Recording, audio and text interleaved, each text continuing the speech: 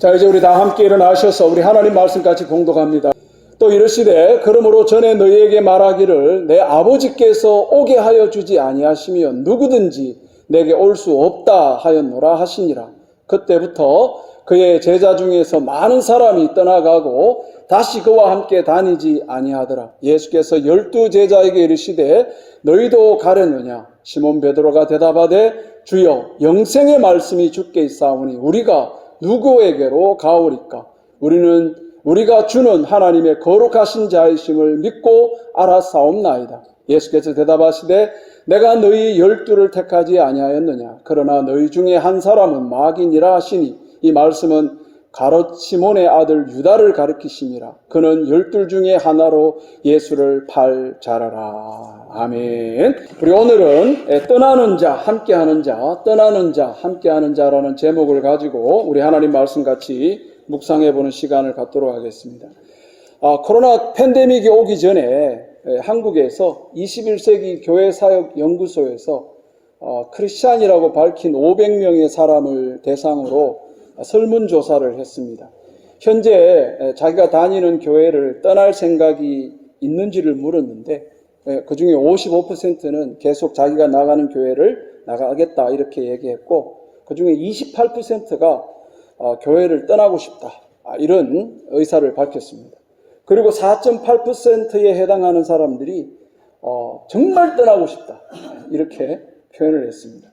그래서 총 응답의 3분의 1이나 되는 사람이 지금 있는 교회를 떠나고 싶다 이런 의사를 밝혔습니다.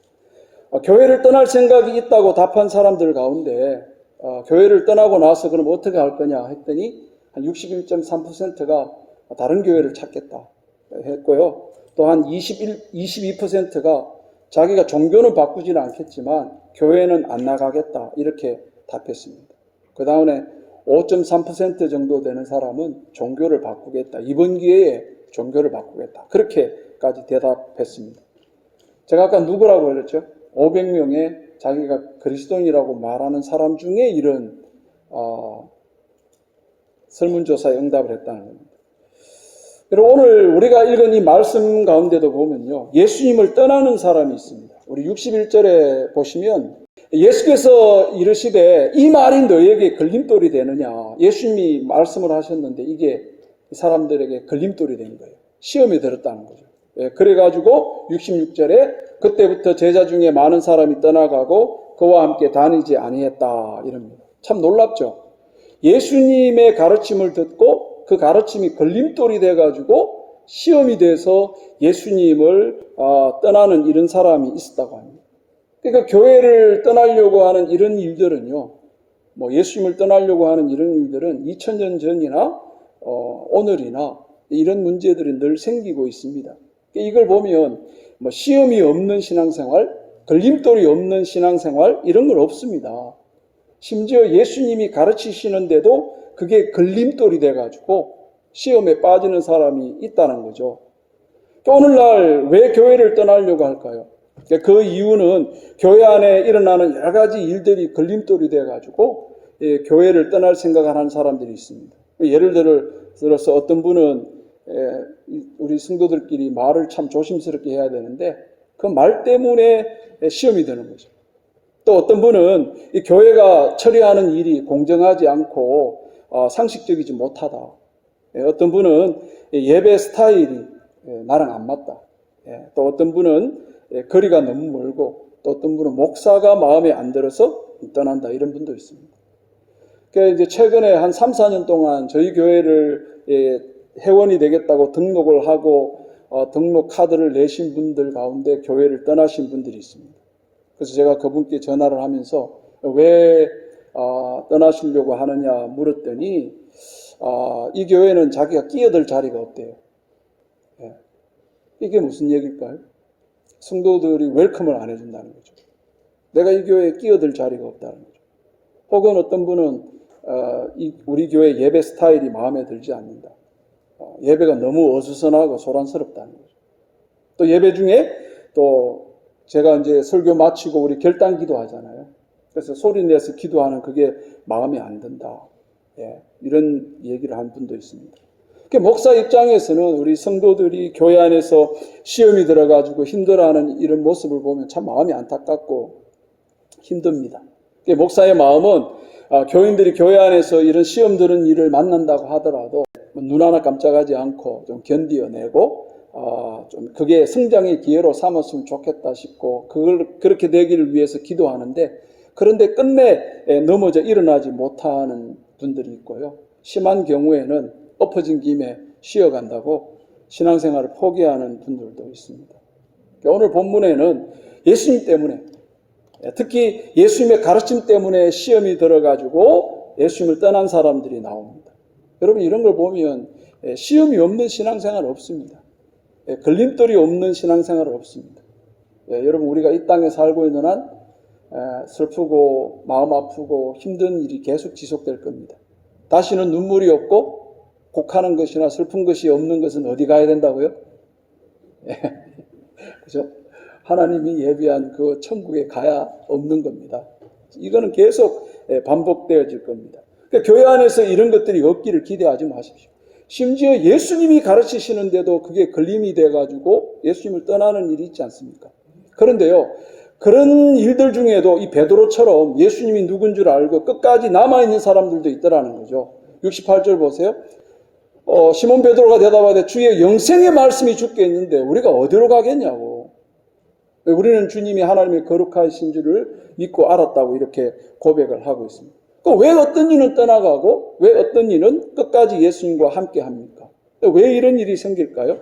우리 오늘 이 말씀을 통해서 예수님을 따랐던 사람들은 왜 예수님을 따르고 떠났던 사람은 왜 떠나게 되는지를 좀 살펴보면서 우리의 믿음의 방향과 목표를 이 시간 또 점검해 볼 수 있는 시간이 되기를 바랍니다. 우리 첫 번째로 왜 예수님을 떠나게 될까요? 그 사람들은요, 예수님이 나의 육적인 삶에 설모가 있나 없나, 예수님이 내 육적인 삶에 설모가 있나 없나 그걸 판단해서 떠난다는 거죠. 그래서 예수님이 살리는 것은 육이 아니고 영이다. 살리는 것은 영이니까 육은 무익하다. 내가 너희에게 이런 말이 영이고 생명이다. 이렇게 말씀을 해 주신 거죠. 오늘 본문에서 예수님을 떠나려고 하는 사람들은 이 육적인 것들을 채워주는데 설모가 있나 없나 이 판단을 하고 내 육체의 만족을 시켜주는데 도움이 되지 않는다면 떠나겠다. 이렇게 결론을 내리는 거죠. 예수님이 사람들의 병 문제를 해결해주고 또 귀신 문제를 해결해주고 또 오병이어 기적처럼 말이죠. 먹고 배부른 이런 일들에 만족시켜줄 때, 육적인 문제를 만족시켜줄 때는 사람들이 구름대같이 몰려듭니다. 그런데 그들에게 예수님이 너희의 이제 인생의 주인을 바꿔야 된다. 내가 너희들의 인생의 주인이 되어야 된다. 이걸 요구하니까 너무 어렵습니다. 이해를 못하겠습니다. 이러고 다 가는 거죠. 사실은 이 말씀이 어려워서 이해를 못해서 떠나는 것이 아니라 예수님이 자기 인생의 주인 되심을 인정하고 싶지 않기 때문에 떠나는 거죠. 예수님 믿으면 이 땅에서 하는 일마다 대박나고 자식도 잘 되고 남들보다 빨리 승진하고 병도 없다고 하면 왜 예수님을 버리고 가겠습니까? 그런데 예수님을 주인으로 삼고 자기를 부인하라 그러죠. 좁은 길 걸으라 그러죠. 겸손하라고 그러죠. 교만하지 말라고 하죠. 돈 사랑하지 마라 그러고 거룩하라고 그러고 사람을 사납게 대하지 말고 쾌락을 사랑하지 말고 원수도 사랑하라. 이런 요구를 하니까 너무 어렵다. 내 육체가 너무 피곤해진다. 그걸 하려면 내 육체에 도움이 안 된다. 그래서 떠나자, 이런 결론을 내리게 되는 거죠.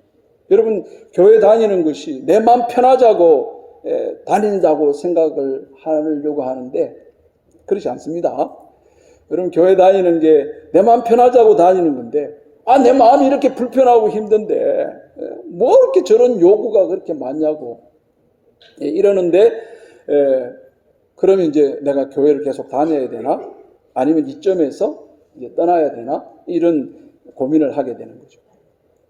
그런데 과연 그렇게 판단하는 게 정말 잘된 판단일까요?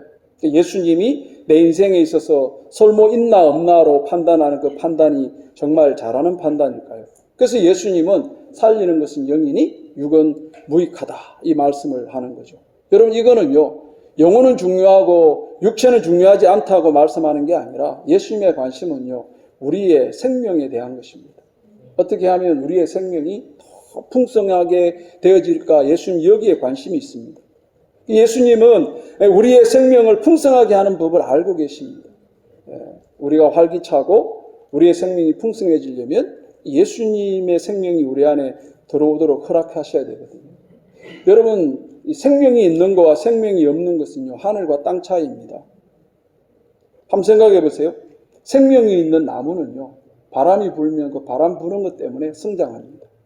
생명이 있는 나무는요 비가 오면 그 빛 때문에 더 크고요. 생명이 있는 나무는 태양볕이 뜨겁게 내리쬐면 그것 때문에 열매를 생산해냅니다. 근데 가지가 잘려진 나무를 생각해 보세요. 그건요 비가 오면 더 빨리 썩어요. 바람이 불면요 더 빨리 부패해지고요. 또 해가 뜨면 더 빨리 말라 비틀어져 버리는 겁니다. 그러니까 생명이 있는 것과 생명이 없는 것 이게 차이가 납니다. 예수님은 우리의 생명이라고 했거든요. 그 생명이 있어야 우리에게 모든 것이 다 유익이 되는 거예요. 생명이 없으면 뭘 갖다 준다고 하더라도 그건 우리를 썩게 만듭니다. 그래서 우리는요 예수님이 주시는 이 생명이 필요하죠. 예수님이 내 안에서 생명이 되어서 활동하게 되면 우리의 삶에 벌어지는 그 모든 것들은 다 우리를 성장하게 하고 자라게 할 겁니다. 근데 예수님이 없이 돈이 주어진다? 예수님이 없이 권력이 주어진다? 예수님이 없이 나에게 어떤 힘이 주어진다? 그건 우리를 망하게 하는 겁니다. 그래서 예수님은 요한복음 6장 48절에 내가 곧 생명의 떡이다. 왜 생명의 떡이다.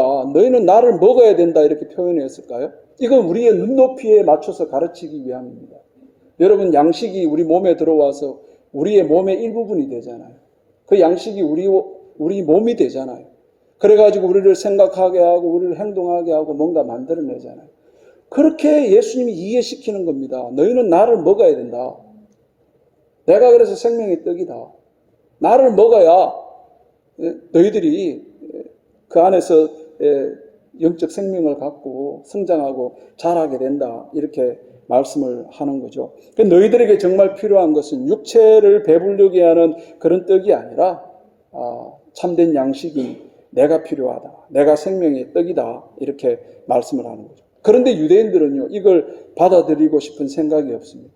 왜냐하면 그렇게 살려면 자기의 주인 되는 그 자리를 내려와야 되거든요. 예수님이 내 인생의 주인 되고 예수님이 내 안에서 일하도록 하시려면 내가 내려와야 되거든요. 자기의 삶을 조정해야 되고 자기의 삶에 총체적인 변화가 필요하고 자기들의 삶을 재구성해야 되기 때문에 이걸 받아들이고 싶은 생각이 없는 거죠. 유대인들이 왜 예수님을 떠날까요?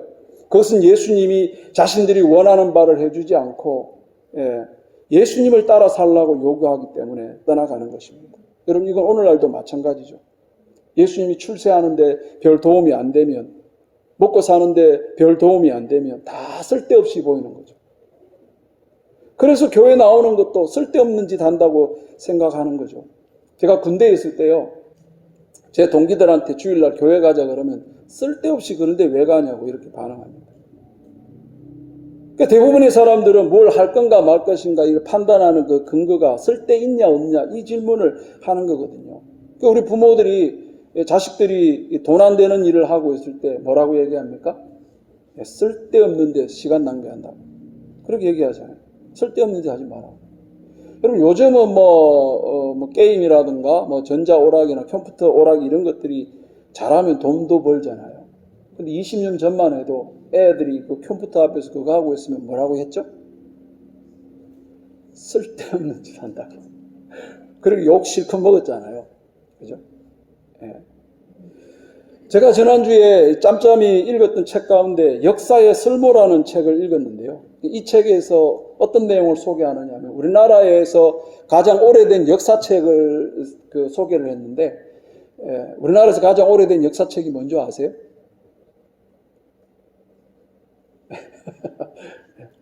예? 예. 여기, 커먼 센스가 또 탁월하신 분이 있습니다. 제가 이름을 말씀드려요. 추영수 형제님. 삼국사기입니다. 삼국유사. 근데 이 삼국유사가 어떤 책이냐면요. 저 유자가 버리다, 포기하다, 이런 뜻이 있습니다. 유기하다 할 때 저 유자를 쓰거든요. 삼국유사가 어떤 책이냐 하면 버린 거. 다 쓸모없다고 이 버린 것을 이렇게 모아가지고 역사책을 만든 거거든요. 이련이라는 그 스님이 삼국유사를 만들잖아요. 그러면 삼국사기는 뭘까요? 그거는요, 완전히 팩트 체크된 사건, 확실한 사건만 골라가지고 기록한 역사입니다. 이걸 기록한 목적이 뭘까요? 정치적인 목적이 있거든요. 그 고려의 유교적 이념을 심고 또 왕에게 충성을 요구하도록 하기 위해 가지고 그걸 쓰는 거거든요. 근데 놀라운 것은요, 저 삼국사기 때문에 그 일제치하에 민족의 정체성을 형성하는 도움이 된 게 아니라 버린 얘기, 유기된 얘기. 저 삼국유사를 통해 가지고 일제강점기 때 민족의 주체성을 세우는 데 큰 역할을 했다는 거예요. 독립운동을 하는데 정신적인 지지 역할을 했고요. 민족의 정체성을 형성하는 데 도움을 주었고, 어렵고 힘든 시대를 버티는 힘과 에너지가 되어줬다는 겁니다. 참 놀랍지 않습니까? 사람들이 쓸데없다고 버린 것이 오히려 어렵고 힘든 시대를 견디게 하는 에너지와 힘이 됐다는 거죠. 여러분, 성경에도 이런 말씀이 있습니다. 마태복음 21장에 예수께서 이르시되 너희가 성경의 건축자들이 버린 돌이 모퉁이의 머릿돌이 되었나니 이것은 주로 말미암아 된 것이요 우리의 눈에 기이하다 함을 읽어본 일이 없느냐. 여러분, 무슨 말씀을 합니까? 예수님은 유대인들로부터 쓸모없다고 버림을 받았습니다. 왜냐하면 유대인들이 쌓아 올리려고 하는 그 출세와 성공에 예수님이 도움이 안 된다고 생각했기 때문입니다. 유대인들은요, 모세의 율법으로 거대한 종교 왕국을 만들려고 했지만 예수님은 그걸 거절하셨거든요. 그랬더니 유대인들은 자기들의 출세와 성공에, 자기의 육체적인 성공에 도움이 안 된다고 예수를 버리는 겁니다. 하지만 하나님은 이 예수님을 하나님 앞에 나오는 모퉁이 돌이 되게 하신 거죠. 하나님은 이 예수를 통해서 우리가 하나님 자녀되는 그런 서로 연결되어지는 모퉁이 돌로 열어놓으시고, 예수님을 통해서 하나님과 우리가 하나 되고 성도가 하나가 되어서 한 몸 되게 하는 이 모퉁이 돌로 사용하신 것입니다. 오늘 우리에게 주시는 이 예수님의 메시지를 마음에 새겨보세요. 살리는 것은 영이다. 육은 무익하다라는 거죠. 예수님은 인간의 문제는 어떤 육체인 것이 뭐까지 해결된다고 해서 우리의 문제가 해결되는 게 아니라 우리의 문제는요, 살리는 것은 영이다. 하나님과 우리 관계가 회복이 되셔야 됩니다. 여러분, 신앙생활 하는데 제일 중요한 게 뭐라고요? 하나님과 나와의 관계입니다. 왜 예배에 나와 있습니까? 우리가 왜 기도합니까? 우리가 왜 헌신합니까? 관계 때문입니다. 하나님과 나와의 관계 때문에.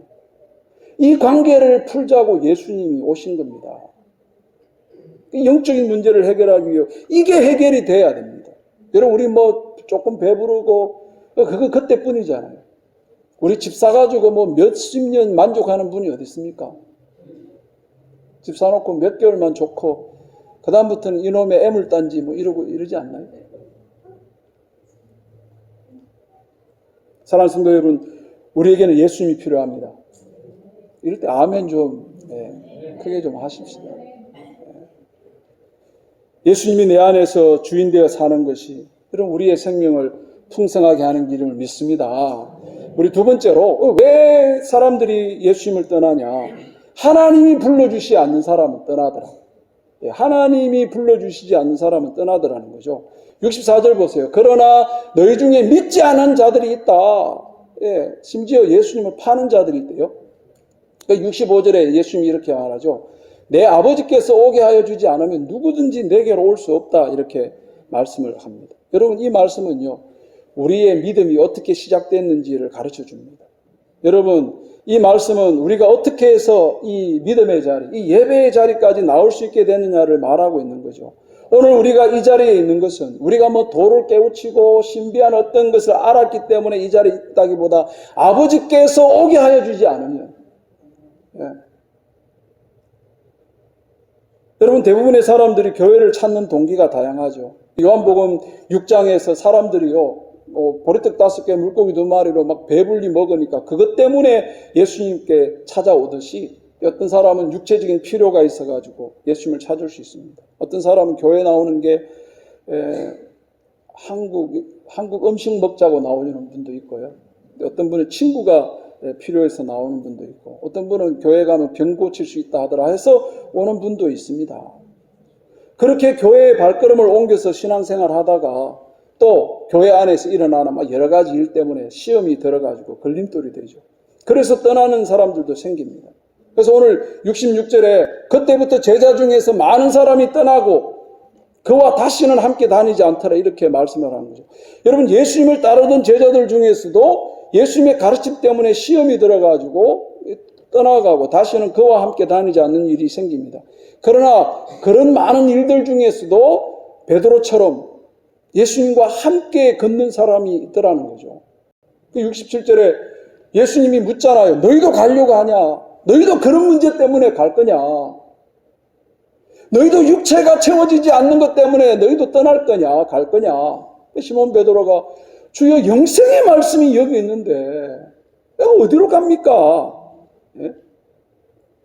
여러분, 실제로 이런 분들이 있습니다.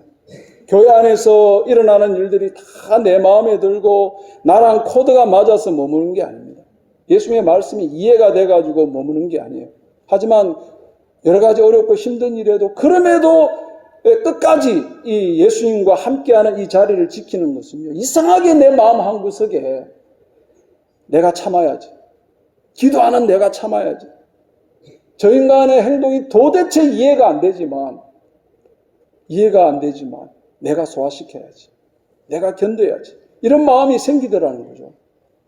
여러분, 우리 가운데 확실한 믿음을 가지고 예배에 나오시는 분들도 있지만 어떤 분들은요, 여전히 내가 왜 주일날 교회에 나와야 되는지를 이해를 못하는 분이 있습니다. 그런데도 교회를 확 떠나지 못하고 교회 주변을 맴도는 분들이 있어요. 여러분들 중에는요, 딱히 교회에 나와야 되는 의미를 잘 모르는데 그런데도 교회를 계속 맴돌아요. 그리고 내가 교회를 떠나지 않도록 꼭 내 주변에 믿는 사람들이 꼭 붙어 있단 말이에요. 왜 그럴까요? 여러분, 교회는요, 뭐 백화점이나 무슨 커피숍이나 문화공간처럼 부담 없는 그런 장소가 아닙니다. 교회 오면 어떤 날은요, 정말 눈이 찌푸려지고요, 어떤 날은 이 귀찮은 걸 내가 왜 해야 되나, 이걸 억지로 해야 될 그럴 때도 있습니다. 그런데 이상하게 또 나오게 되는 거죠. 왜 그럴까요? 나도 설명할 수 없지만 이 자리로 또 오게 하는 게 있습니다. 내 아버지께서 오게 하여 주지 않으면 누구든지 올 수가 없다. 그런데 어떤 분은 떠나는 분들이 있습니다. 신앙생활을 하면서 교회 안에 이런 분들을 많이 봤습니다. 정말 어떤 분은요, 뭐 청년부 회장하고 엄청난 헌신을 이거 하고 하는데 어느 날부터 교회를 안 나와요. 그의 삶이 불신자보다 더한 삶을 사는 분들을 봤습니다. 왜 이런 일이 생길까요? 요한일서 2장에 이런 말씀합니다. 그들이 우리에게서 나갔는데 그들이 나간 것은 우리에게 속하지 아니함을 나타내려고 하는 거다. 근데 너희는 거룩하신 자에게서 기름 부음을 받고 모든 것을 안다, 이렇게 말하잖아요. 거룩하신 자에게 기름 부음을 받은 자들은 이 모든 것들이 이해가 되는 거예요. 근데 그렇지 않는 사람들은요, 떠납니다. 그래서 말씀에 그들이 우리에게서 나간 것은 우리에게 속한 자가 아니었다라고 말씀을 해주고 있는 거죠. 그래서 왜 누구는 떠나고 왜 누구는 참고 인내하느냐, 예수님이 이렇게 말씀하는 거죠. 여러분, 하나님이 불러주신 사람들 가운데서 이 베드로처럼 실패하고 넘어질 수 있습니다.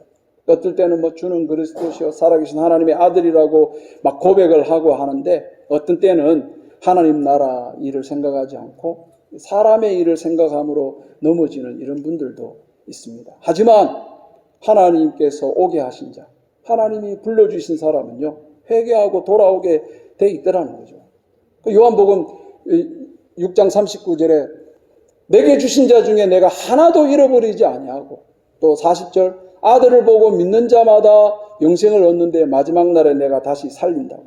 예, 여러분 하나님이 불러주신 사람은요 살아납니다. 회복하게 하신다고요. 예, 그래서 하나님께서 불러주신 자들 중에 처음에는 막 호기심으로 시작하고 육체의 필요 때문에 시작하지만 그런데 점점점 그들은 영생에 관심을 가지게 되고 말씀에 관심을 가지게 되고 여러 가지 시험 드는 일이 있지만 끝까지 하나님과의 관계를 지속해 나가더라는 거죠. 여러분 예수 믿는 사람들 중에 지지리도 못 사는 사람이 있습니다. 예수 믿는 사람들 중에 아이들 문제로 힘들어하고요. 예수 믿는 사람들 중에 어려워서 일이 잘 안 풀리고 또 사업도 잘 안 되고 힘든 일이 있습니다. 그런데도 그들이 이 믿음을 붙잡고 사는 것은요. 떡 때문이 아닙니다. 그 배후에는 하나님이 그를 붙잡고 있기 때문에 견디어내는 것입니다. 여러분 내 안에 믿음의 시작은 내가 아니라 하나님으로부터 출발합니다. 그래서 바울은 빌립보서 1장에 이렇게 말씀하죠. 너희 안에 착한 일을 시작하신 이가 그리스도 예수의 날까지 이루실 줄을 우리는 확신한다. 우리 안에 착한 일을 시작하신 분이 있답니다. 내가 시작한 게 아니라 시작하신 그분이 있다고 말씀을 하고 있는 거죠. 이분이 우리를 완성해 갈 것이라고 확신한다고 바울은 고백을 하고 있습니다. 그래서 여러분 예수님 안에서 일어나고 있는 그 모든 일들은요 우리를 손해케 하는 게 없습니다. 그 모든 일에는 우리를 자라게 하고 유익을 얻게 하고 더 분명해지게 하고 더 두터워지게 하는 그 일에 모두가 다 서임받게 되어지는 거죠. 하나님은 우리를 포기하지 않을 겁니다. 지금 이 현재의 삶에도 마찬가지지만 미래의 삶에도 우리를 개입하시고 간섭하셔서 마침내 우리를 아브라함을 믿음의 조상으로 만든 것처럼 우리도 그렇게 만들어 가실 거고요. 다윗을 이는 내 마음에 합한 사람이라고 하신 것처럼 우리도 그렇게 만들어 가실 줄을 믿습니다. 여러분 하나님이 이런 믿음을 우리에게 왜 주셨을까요? 이것은요 생명되는 예수님과 연합하고 살라고 주신 거예요. 예수님은 어떤 분이시기에 우리가 그분과 연합을 해야 될까요? 요한복음 6장에 내가 생명의 떡이다. 내게 오는 자는 줄이지 않고 영원히 목마르지 않는다고 이렇게 말씀을 합니다. 예수님이 우리의 생명의 떡이 되십니다. 예. 여러분 우리가 먹는 떡으로 우리의 생명이 풍성해지는 게 아니라 예수님이 우리의 인생이 주인 되셔야 우리가 목마르지 않고 우리가 배고프지 않을 수 있다고 우리의 영혼을 만족해 하실 수 있다고 말씀을 하는 거죠. 여러분 예수님이 이 땅에 오신 목적은요 우리의 인생을 도둑질거나 하거나 손해되거나 빼앗거나 강도짓하기 위해 온 게 아닙니다. 여러분 예수님이 오신 목적이 뭐라고요? 도둑이 오는 건 도둑질하고 죽이고 멸망시키려는 것 뿐이지만 내가 온 것은 양으로 생명을 얻게 하고 더 풍성히 얻게 하려고 왔다. 여러분 예수님이 아닌 다른 것은요 도둑질하러 오는 겁니다. 예수님이 아닌 다른 것이 우리 인생에 들어오는 건요 우리의 삶을 강도짓하고 도둑질하려고 하는 겁니다. 그러나 예수님은 뭐라고요? 우리에게 생명을 주고 그 생명이 어떤 생명입니까? 아까 생명이 있는 것과 없는 것의 특징이 있죠. 생명이 있어야 해가 나면 해가 나는 대로 바람이 불면 바람이 부는 대로 비가 오면 비가 오는 대로 우리를 온통 밤새도록 흔들어 놓는 그 비바람도 생명이 있으면요 그거 다 우리에게 도움됩니다. 그걸 주려고 우리에게 오신 거고요 더 풍성하게 하려고 우리에게 오신 거 아닙니까? 그래서 예수님이 우리 안에 중심을 잡고 있어야 여러분 이 생명을 얻고 그 생명이 풍성해지는 것입니다. 우리들에게 정말 필요한 것은 바로 이 예수 그리스도의 생명이기 때문에 이 예수의 생명을 우리에게 주시기 위해 하나님은 우리를 부르시고 우리 안에 이 믿음을 주시고요. 지금도 아직 교회가 뭔가 잘 모르지만 계속 교회를 맴돌게 하시고 말씀을 들을 수 있는 기회를 주시고 어떤 때는 우리 마음을 요동여서 회개하고 하고 그렇게 하시는 겁니다. 사랑하는 성도 여러분, 이번 한 주간 동안에 이 말씀을 우리 안에 심으십시다. 예수님이 우리의 생명의 떡이 되시고 그분이 내 인생의 중심이 되시고 주인이 되셔서 자리 잡게 하셔야 우리의 생이 만족하고 목마르지 않고 풍성한 인생을 살아갈 수 있게 됨을 믿습니다. 우리 이 시간 다 함께 일어나셔서 우리 이 찬양 같이 한번 하십시다.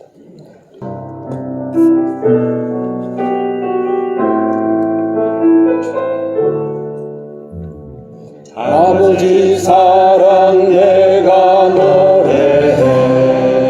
아버지 은혜, 아버지 은혜 내가 노래해.